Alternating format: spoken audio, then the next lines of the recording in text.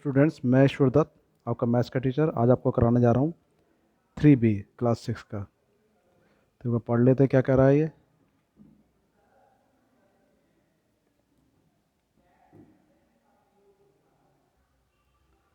निम्नलिखित प्रश्नों 1 से 2 में केंद्रीय खाने की संख्या उनके चारों ओर पटलों पर अंकित संख्याओं में किसी प्रकार संबंधित है। प्रश्न चिन्ह वाली संख्या ज्ञात कीजिए। देख रहे हैं आप, ये एक ये है, एक ये है, एक ये। यहाँ पर ये प्रश्न चिन्ह लग रहा है।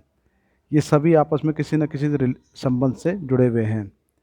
तो जो संबंध इसमें लागू हो रहा है वही संबंध इसमें लागू होगा, वही संबंध इसमें लागू होके, और उससे हमें ये जो प्रश्नवाचक चिन्ह है इसकी जगह पर हमें वो संख्या लानी है, क्या चीज़ है। चलिए इसको हम देखते हैं कैसे करते हैं। चलिए देखते हैं। यहाँ पर है, ये क है, और ये ख है, और ये ग है। तो यहाँ 4 दे दिया आपको, या माइनस का 3, या 9 दे दिया, या माइनस का 7, या 15, 21, 11, 10, माइनस 13, माइनस 9, 17, 14, माइनस 18, माइनस 15। आपको ये बताना यहाँ पर क्या आएगा, ठीक है। चलिए अब हम इसको देखते हैं ये कैसे करा है। पहले इन दोनों को जोड़ो।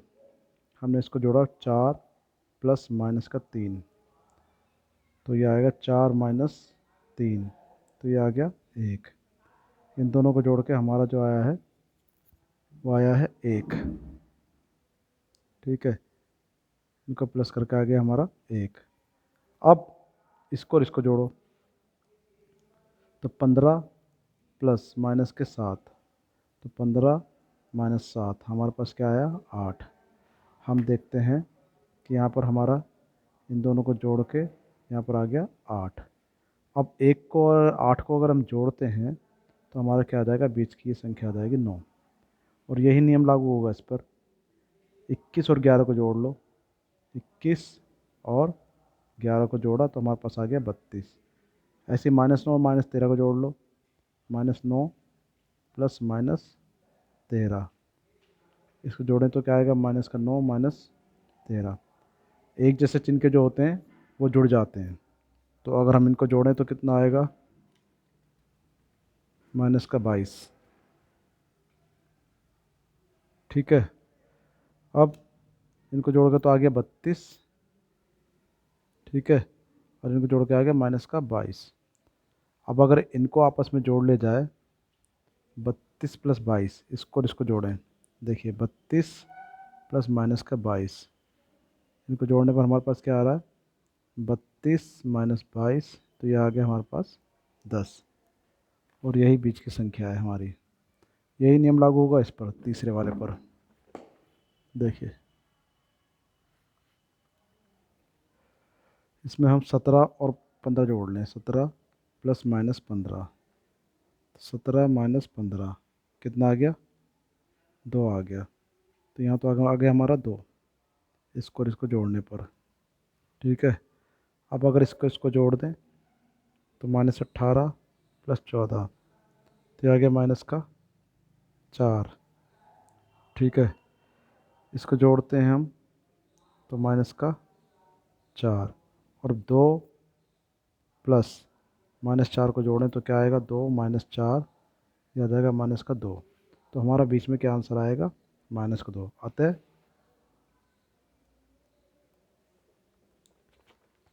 अतः माइनस 2 आएगा, ठीक है जी। तो ये हमारा हो गया पहला प्रश्न। इसी प्रकार करते हैं दूसरा प्रश्न।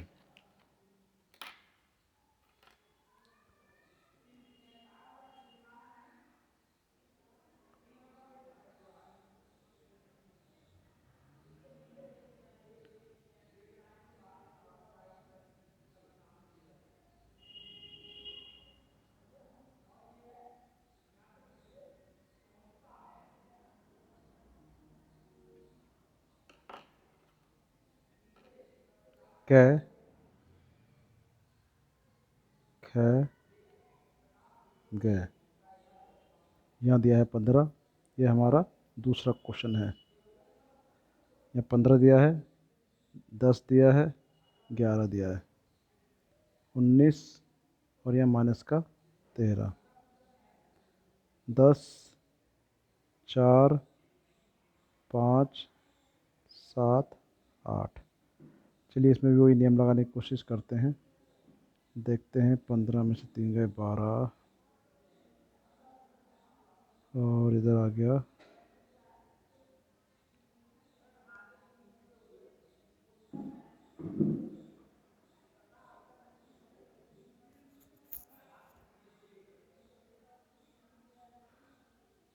देखिए इसको जोड़ें तो 15 प्लस 11 ये कितना आ गया 26 आ गया।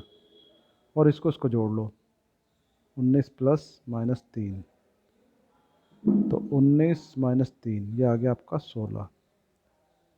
तो हमने क्या काम करा, इसको जोड़ा तो 26 आ गया और इसको जोड़ा तो 16 आ गया। अब जो इन दोनों के जोड़ आए हैं आपस में उसमें घटा लो। 26 में से 16 गए तो ये आ गया हमारे पास 10 जो कि हमारे बीच की संख्या है। यही नियम इसमें लागू करेंगे। 10 और 7 को जोड़ लो, ठीक है 17 आ गया। और 5 और 4 को जोड़ लो तो ये आ गया 9। अब 17 माइनस 9 करेंगे तो हमारे पास आएगा 8। यही नियम लागू करेंगे इसमें। यहाँ दिया है 12 और 8 दिया है, 6 दिया है, 5 दिया है। यहाँ हमें प्रश्नवाचक चिन्ह की जगह बताना क्या आएगा। चलिए करते हैं जी। 12 को 6 के साथ जोड़ लो तो 18 आता है और 8 को 5 के साथ जोड़ लो तो ये आता 13। अब 18 में से 13 गए तो आएगा 5, अतः यहाँ क्या आएगा 5, अतः उत्तर 5 आएगा। ठीक है जी, हमारे पहले दूसरे क्वेश्चन हो गए। चलिए तीसरा क्वेश्चन करते हैं, एक बार पढ़ लेते हैं तीसरे में क्या कह रहा है। तीसरे में कहता है अपनी अभ्यास पुस्तिका में खाली जगह भरिए। ये कुछ खाली स्थान दिए हैं जिनको आपको भरने हैं। इसके बाद चौथे में कहता है सत्य एवं असत्य बताइए। ठीक है जी। तो अब हम ये देखते हैं। ये कहता है दो पूर्णांकों का योगफल सदैव कैसा होता है। दो पूर्णांकों का योगफल सदैव पूर्णांक ही होता है। देखिए तीसरे का पहला कहता है दो पूर्णांकों का योगफल क्या होता है। ये हमारा पूर्णांक ही होता है।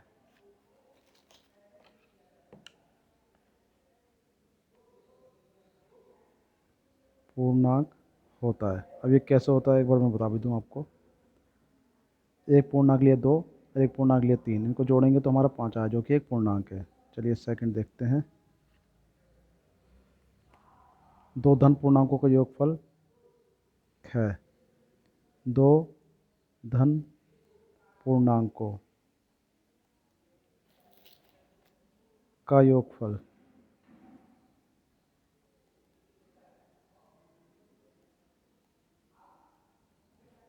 धन पूर्णांकों का योगफल कैसा होता है, धन पूर्णांक ही होता है। धन पूर्णांक होता है। जैसे मैंने ऊपर लिया था, हम ले सकते हैं यहाँ पर जैसे प्लस का 4 ले लिया और प्लस का 5 ले लिया, यानी कि इसको जोड़ेंगे 4 + 5 तो ये हमारे पास प्लस का ही 9 आया, तो धन पूर्णांक ही होता है। इसका गैर देखेंगे। दो ऋण पूर्णांकों का योगफल कैसा होता है, ऋण पूर्णांक होता है। दो ऋण पूर्णांकों का योगफल कैसा होता है? ऋण पूर्णांक ही होता है। कैसा होता है? ऋण पूर्णांक होता है।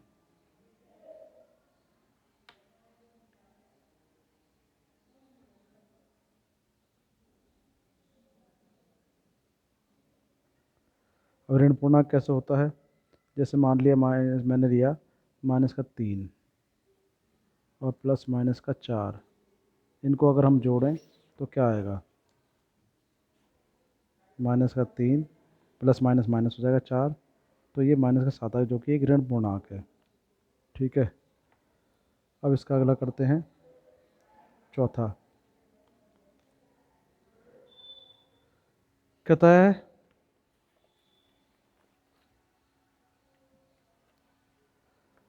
किसी पूर्णांक तथा इसके योगात्मक प्रतिलोम का योगफल 0 होता है।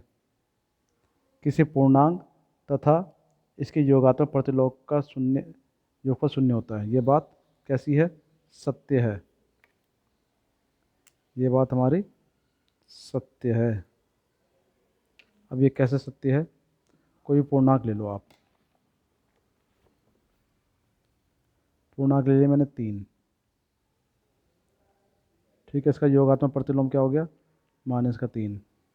तो 3 और -3 प्लस माइनस माइनस हो जाएगा, तो 0 ही आएगा। ठीक है। अगला कहता है शून्य ऋण पूर्णांक है। तो ये असत्य है। शून्य ना तो ऋण है ना धन है, तो ये असत्य है। दो ऋण पूर्णांकों का योगफल धन पूर्णांक होता है, ये भी असत्य है। ऋण पूर्णांक ही होता है, असत्य है।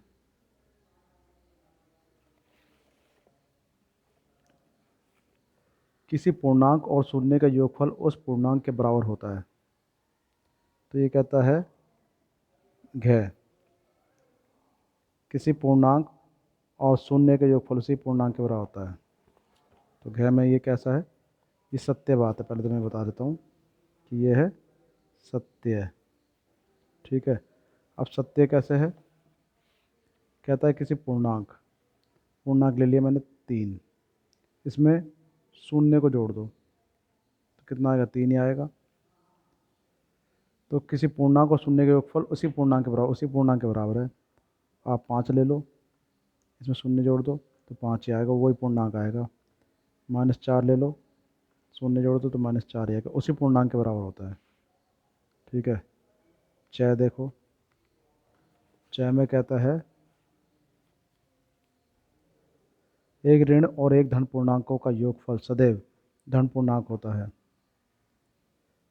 तो एक ऋण और एक धन पूर्णांक का योगफल सदैव धन पूर्णांक ही होता है। तो ये कैसा कथन है? ये है सत्य। सत्य है। एक ऋण और एक धन पूर्णांकों का योगफल सदैव धन पूर्णांक होता है। ऐसा जरूरी नहीं है, जिसकी संख्या बड़ी होगी वही होगा। ठीक है। तो ये असत्य है। संख्या रेखा पर -8, 18 और +18 शून्य से समान दूरी पर है। बिल्कुल सही बात है। ये संख्या रेखा है, शून्य है। इधर जाएंगे तो इधर प्लस का 18 जाएगा, उधर जाएंगे तो इधर माइनस का 18 जाएगा। तो यहाँ से यहाँ तक की दूरी और यहाँ से यहाँ तक की दूरी बिल्कुल समान है।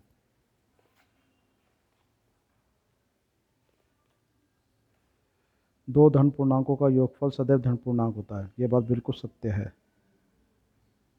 पहले ही बता चुका हूँ मैं। एक धन पूर्णांक 1 लिया हमने, +1 2 लिया, तो जोड़ के हमारा 3 आया, ये भी धन पूर्णांक ही है। तो ये बात सत्य है। इस तरह से ये हमारे एक्सरसाइज ख़त्म हो गई। ये थी हमारी एक्सरसाइज कौन सी? 3B, जो कि ख़त्म हो गई।